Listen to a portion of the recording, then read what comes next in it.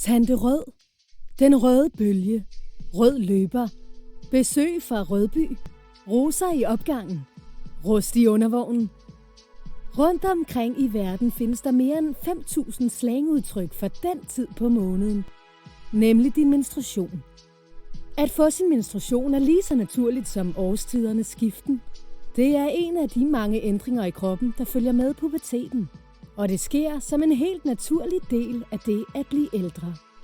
Menstruation er forskellig fra person til person, og man bløder typisk i 2 til 7 dage.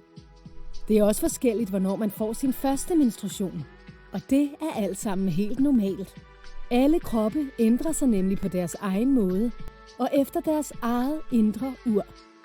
Og det kan være godt at huske på, at det ikke er et kapløb. Menstruation følger en cyklus, der i gennemsnit varer 28 dage.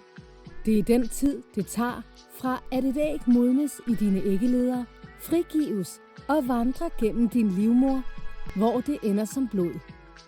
Når en cyklus er færdig, starter en ny, og i gennemsnit vil du opleve 450 cyklusser i dit liv.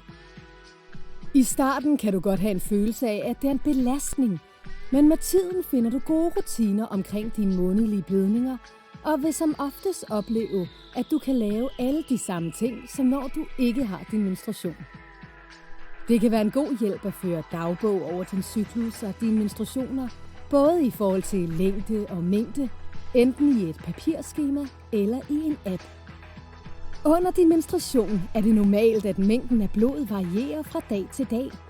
Ofte er der 1 eller 2 dage med et kraftigere flow, og nogle dage kan der være klumper i blodet. Blodets farve kan også ændre sig fra dag til dag. Det kan fx være lyserødt, helt rødt eller brunt. Nogle bløder kun lidt under menstruation, mens andre bløder meget, og det er helt normalt. I gennemsnit bløder man mindre end 1 deciliter per menstruation. Men hvis du skal skifte bind eller tampon hver anden time, også om natten, så kan det være et tegn på, at du bløder mere end andre. Måske på grund af en blødersygdom. Blødersygdomme er sjældne sygdomme, der gør, at ens blod ikke størkner, som det skal.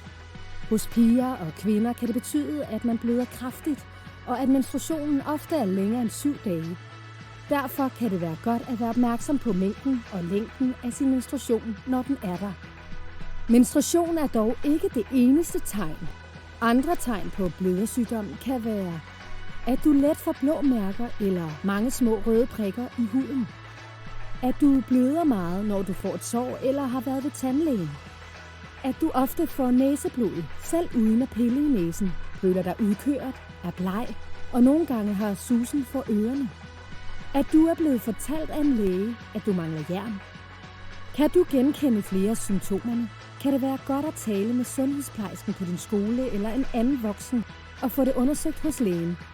På den måde kan din læge bedre hjælpe dig og henvise dig videre til specialister, der ved mere om, hvad der kan være årsagen til, at du bløder meget, når du har din menstruation.